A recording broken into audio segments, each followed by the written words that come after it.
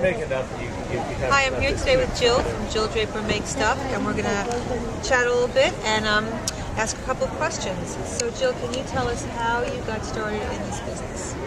Well, I started out making hand-spun yarns.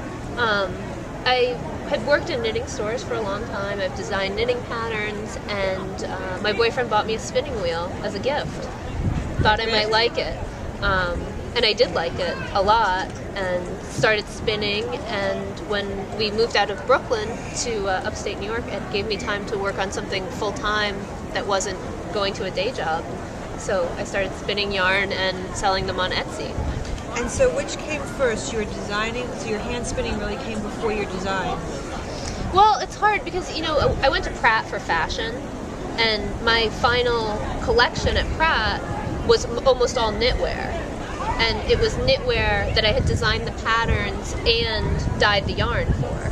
Because when I was living in New York City, I couldn't afford the yarns I wanted, or I couldn't find stuff that was the right colors to work in the collection.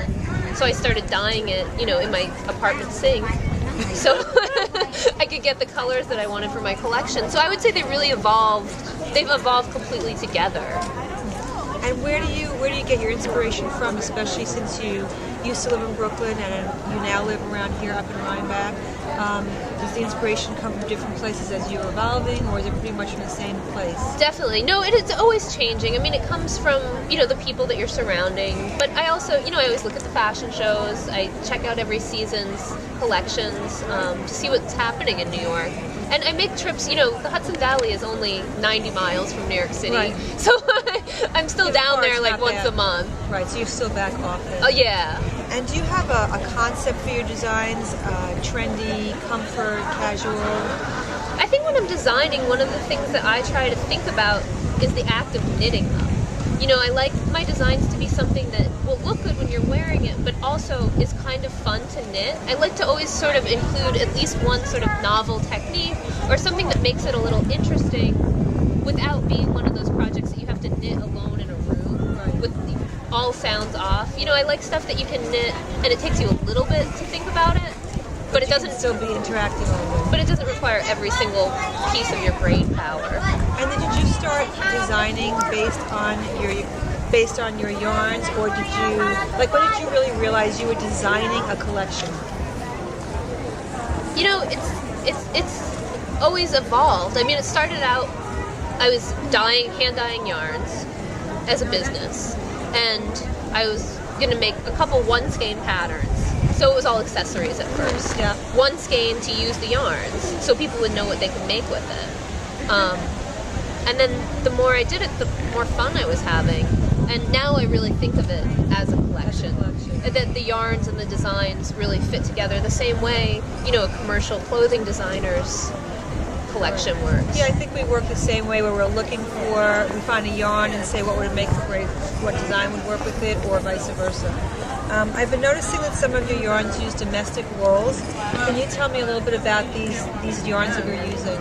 Yeah, I started getting some yarn spun for me domestically, actually here in upstate New York. So I have a few yarns that are 100-mile sheep to skein yarns, which means from where the sheep was raised to the mill to my house where I dye it is all within a 100-mile radius. So what do you think women are looking for in knitwear designs?